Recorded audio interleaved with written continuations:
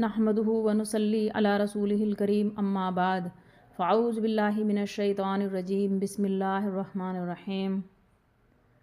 मेरी बहनों, धीरे धीरे रमज़ानुल मुबारक का महीना गुज़रता चला जा रहा है। आज जो है कई रमज़ान गुज़र चुके हैं और अल्लाह ताला ने हमें बहुत बढ़िया मौका दिया है। अल्लाह ताला ने हमारी ज़िंदगियों में इतनी खैर व बरकत डाली है और अल्लाह ताला ने हमें ये मुबारक महीना पाना हमारी ज़िंदगी में हमें नसीब करा है। अल्लाह ताला हम सबको अच्छे से अच्छे कुरान मजीद की तिलावत करने वाला बना दे। अल्लाह ताला हमें दुआ मांगने वाला बना दे। अल्लाह ताला हमें कुरान मजीद पढ़ने वाला बना दे। अल्लाह ताला हमें पूरे महीने के रोज़े रखने वाला बना दे। अल्लाह ताला हम सबको दीन की समझ अता फरमा दे।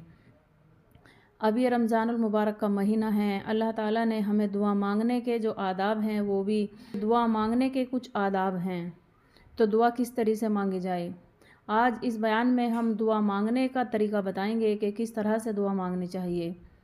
देखो, दुआ मांगने के लिए सबसे पहली जो शर्त है वो ये है कि हलाल माल खाएं, यानी कि हलाल माल खाएं और हलाल कपड़ा पहने।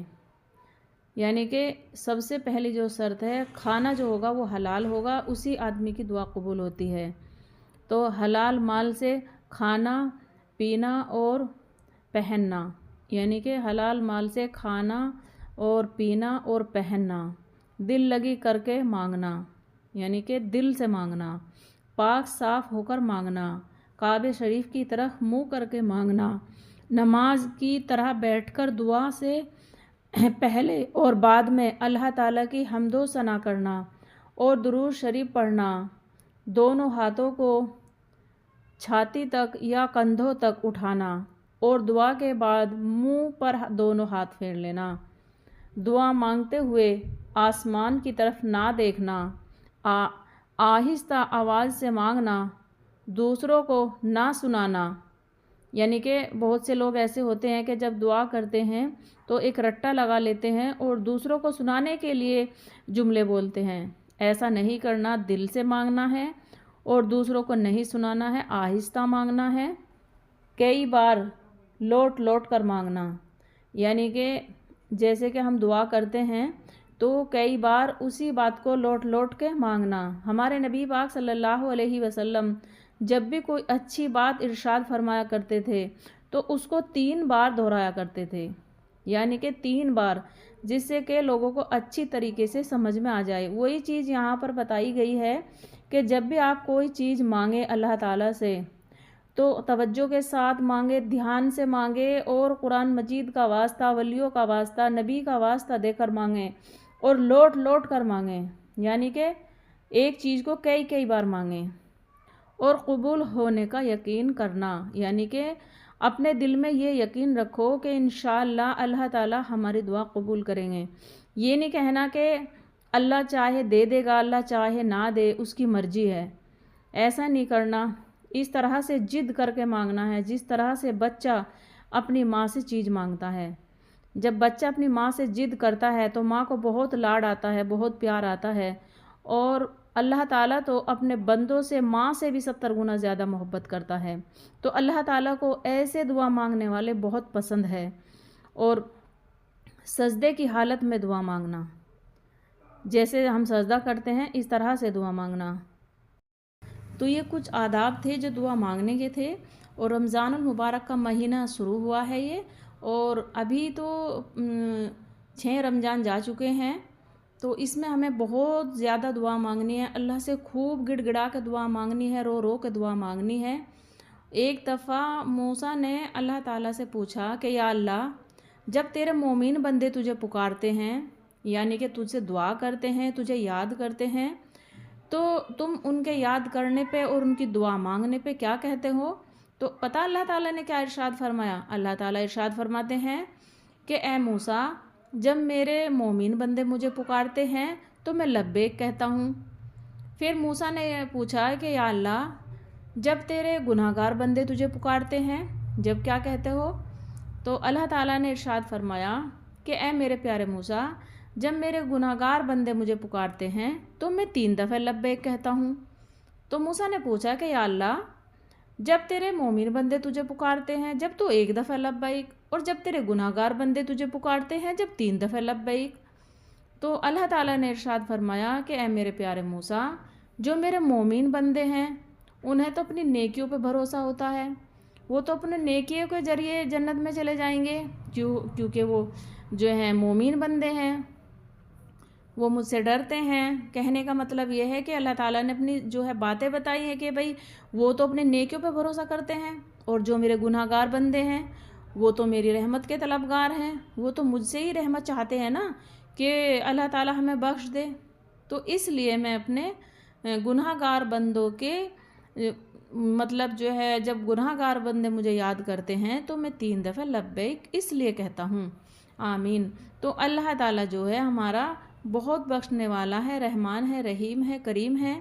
آپ نے دیکھا ہوگا جس طرح سے ایک ماں کے 4 بیٹے ہوتے ہیں، تو 4 بیٹوں میں اگر ایک بیٹا ایسا ہے کہ وہ کچھ کام نہیں کرتا، یا پھر کمزور ہے، یا پھر اس کے اندر کوئی عیب ہے، یا پھر کسی بھی طرح کا اس کے اندر کوئی ایسے اس کے اخلاق ہیں کہ جس سے وہ مطلب جو ہے اچھا کام نہیں کرتا، تو ماں کیا کرتی ہے کہ ماں سب سے زیادہ اسی کی طرف توجہ دیتی ہے۔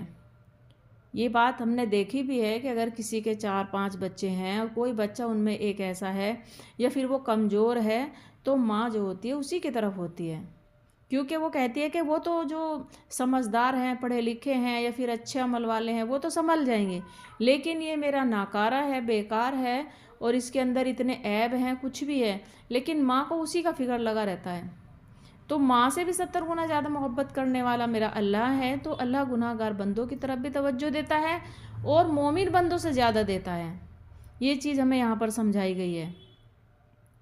تو اس بات کو نہ سوچا کرے کہ ہم گناہگار ہیں، اللہ تعالیٰ ہماری طرف توجہ نہیں دیں گے، یا اللہ تعالیٰ ہمیں بخشیں گے نہ بخشیں گے، اللہ تعالیٰ جنت دیں گے نہ دیں گے۔ نہیں، اللہ تعالیٰ رحمان ہے، رحیم ہے، رحم کرنے والا ہے، اور اللہ تعالیٰ کو سزا دینے کے بجائے معاف کرنا زیادہ پسند ہے۔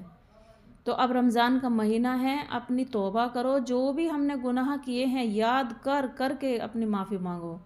اور رمضان المبارک کا مہینہ بہت ہی پاک اور برکت والا مہینہ ہے، اور سب کو رمضان رکھنے ہیں، سب کو روزے رکھنے ہیں، کیونکہ یہ روزے اب کی بار اتنے ہلکے بھی ہیں، کوئی بہانہ بھی نہیں ہے۔ لوگ کہتے ہیں نا کہ بھئی گرمی کا مہینہ ہے اور ہم کام کرتے ہیں، ہم رمضان نہیں رکھ سکتے، تراویح نہیں پڑھ سکتے، قرآن مجید کی تلاوت بھی نہیں کر سکتے، بھئی گرمی کا مہینہ ہے، یا پھر ہم کہاں اب کی جو یہ سال ہے، اب کا جو یہ مبارک مہینہ ہمیں نصیب ہوا ہے، یہ تو بہت ہی اچھا مہینہ ہے۔ اس میں ہم سب کو کیا کرنا ہے؟ سارے روزے رکھنے ہیں، قرآن مجید کی تلاوت کرنی ہے، اور جو ہے اپنے جتنی بھی زیادہ سے زیادہ عبادت ہے ہمیں عبادت کرنی ہے۔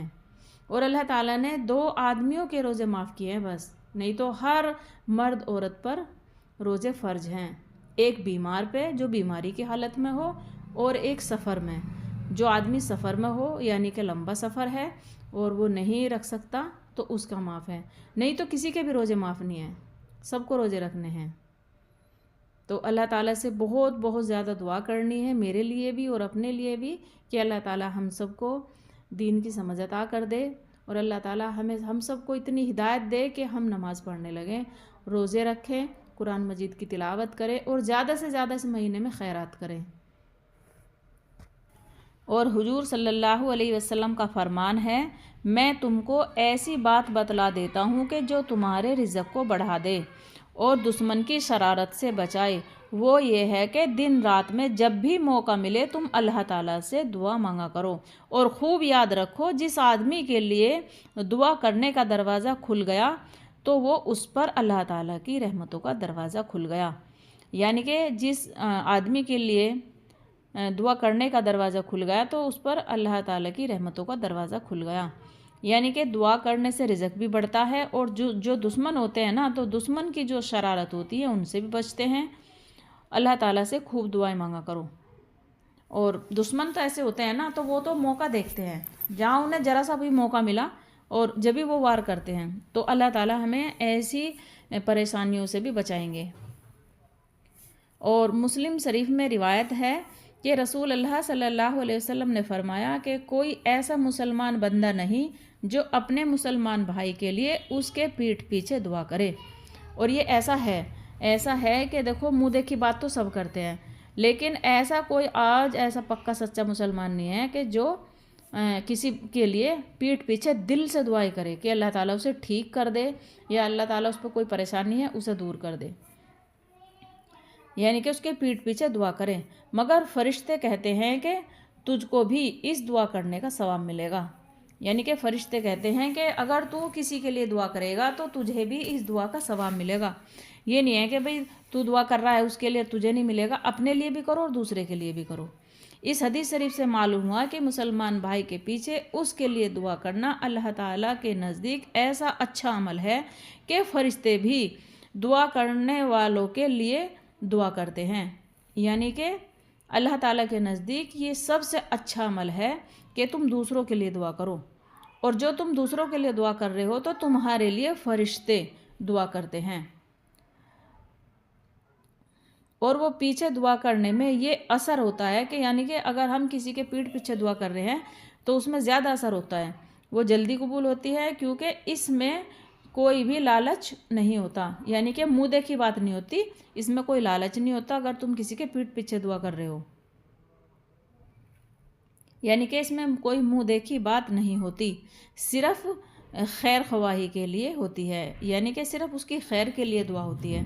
ये नहीं होता कि हमने मतलब जैसे हमारे सामने कोई बैठा है और उसको दिखाने के लिए, दिखावे के लिए हमने दुआ कर दी, कोई जुमले मुंह से बोल दिए ऐसे ही कि अल्लाह ताला इसको भाई राहत पहुँचाए, अल्लाह ताला इसकी जो परेशानी है वो दूर कर दे, माने हम तो रट्टा लगा रखा है अपना बोल रहे हैं ऐसे ही।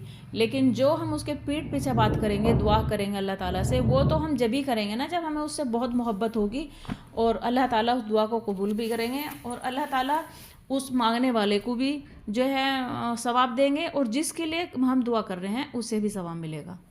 तो जब भी आप दुआ मांगा करें तो सब के लिए दुआ करें। जैसा अब रमज़ान का महीना है, रोज़े चल रहे हैं, और जब भी आप दुआ करें तो जो आपके रिश्तेदार हैं, कोई बीमार है और किसी पे भाई मुकदमे का भी मामला चलता रहता है, और किसी को कोई तकलीफ़ है, कोई परेशानी है माल की या फिर कर्ज की या औलाद की या वो बेटों की या रिश्तेदारों की, जो भी किसी के ऊपर है जो आपके रिश्तेदार हैं, उनका नाम लेकर अल्लाह ताला से दुआएं करें। इंशाअल्लाह अल्लाह ताला आपको भी उसका अजर देगा और उनके लिए भी, उनके हक़ में भी अल्लाह ताला दुआ कबूल करेगा। तो ये दुआ के कुछ आदाब थे जो आज बताए गए हैं। और रमज़ान का महीना है तो खूब दुआएं करें, जितनी भी मांगी जाए बहुत। और अल्लाह ताला के नज़दीक सबसे अच्छा अमल है दुआ करना। तो रमज़ान का महीना है, और जब हम वो करते हैं, इफ्तार करते हैं, यानी कि रोज़ा खोलने से पहले, तो जब भी आप दस्तरखान पे बैठा करें तो रोज़ा खोलने से कुछ देर पहले आप अगर 111 मरतबा पढ़ेंगे इन्नल्लाह अला कुल्ली शैइन क़दीर, ये बहुत ही प्यारी आयत है, बहुत ही बरकत वाली है। अगर आप इसको पढ़ लिया करें तो इंशाअल्लाह आपकी जो है ना जितने भी गुनाह हैं और जितनी भी आपके ऊपर परेशानी है इंशाअल्लाह सब दूर हो जाएगी। बहुत ही प्यारी सी ये कुरान मजीद की आयत है, इन्नल्लाह अला कुल्ली शैइन क़दीर। हाँ, यही वाली, ठीक है ना। तो इस तरीके से आपको पढ़नी है। और आप अगर तस्बीह ले लेंगे तो तस्बीह भी पढ़ सकते हैं 111 मरतबा, या फिर आप अपनी हाथों की उंगली भी पढ़ सकते हैं 111 मरतबा। अगर टाइम है तो ज़्यादा भी पढ़ लो, कोई दिक्कत वाली बात नहीं है। अगर कम टाइम है तो कम पढ़ लो, इंशाअल्लाह अल्लाह ताला कबूल करेंगे और आपकी सारी मुश्किलें आसान हो जाएगी, और जो भी आपको परेशानी है वो भी दूर होगी, और आपके सारे गुनाह अल्लाह ताला माफ़ कर देंगे। तो ये रोज़ाना पढ़नी चाहिए। वैसे तो चाहे एक दफ़ा भी पढ़ लो, जो हदीस में तो जो हमारी जो किताबों में तो लिखा हुआ है कि अगर पूरे महीने में जो हमारा रमज़ान मुबारक का महीना चल रहा है, इसमें पूरे महीने में आप अगर एक दफ़ा पढ़ लें, यानी कि रोज़ा खोलने से पहले जब इफ्तार का टाइम होता है दस्तरखान पे बैठे, तो उसमें आप एक दफ़ा पढ़ लें बस। हाँ, पूरे रमज़ान में अगर एक दफ़ा पढ़ लें 111 मरतबा या 121 मरतबा तो अच्छा है। और जब हमारे पास टाइम है तो पढ़ते रहो, कोई दिक्कत वाली बात नहीं। हाँ, पढ़ते रहो, खूब पढ़ो, जितना भी पढ़ा जाए। इस महीने में काम कम करो और इबादत ज़्यादा करो जितनी भी हो सके। पता नहीं है अगले रमज़ान, अगला महीना हमें मिले ना मिले अगले साल का। देखो अब इस रमज़ान में देखो कि जो इस रमज़ान में आदमी है वो अगले में नहीं मिलते, और अभी रमज़ान से पहले पहले सुबरात के बाद कितना आदमियों का इंतकाल हो गया। और पिछले साल जो हमारे साथ लोग थे वो अब इस साल नहीं है, और अगले साल पता नहीं हमारे ही नंबर ना लग जाए, कुछ नहीं पता चलता इंसान का कि ये मौत एक ऐसी चीज़ है कि ये बता के नहीं आती, इसका कुछ नहीं पता चलता। हाँ, ये एकदम अचानक आ जावे और इसका कोई टाइम भी नहीं है। और सहाबाओं ने पूछा था रसूल अल्लाह सल्लल्लाहु अलैहि वसल्लम से कि या रसूल अल्लाह, दुनिया में सबसे अक्लमंद आदमी कौन है? तो पता क्या बताया? रसूल अल्लाह सल्लल्लाहु अलैहि वसल्लम ने इरशाद फरमाया کہ سب سے عقلمند اور ہوشیار وہ انسان ہے جس نے مرنے سے پہلے مرنے کی تیاری کر لی، یعنی کہ جس نے مرنے سے پہلے آخرت کی تیاری کر لی، وہ انسان سب سے زیادہ عقلمند ہے۔ یہ نہیں بتایا کہ کسی نے 2-4 پلاٹ خرید لیے، 2-4 گاڑی خرید لی، بچوں کی شادی کر دی، کسی کو ڈاکٹر، کسی کو انجینئر، کسی کو یہ بنا دیا، اس کو عقلمند نہیں بتایا۔ وہ عقلمند بتایا جس نے مرنے سے پہلے آخرت کی تیاری کر لی۔ تو ہمیں آخرت کی تیاری کرنی ہے، ہاں، سب سے پہلے آخرت کی تیاری کرنی ہے۔ وہ آدمی سب سے زیادہ سمجھدار ہے۔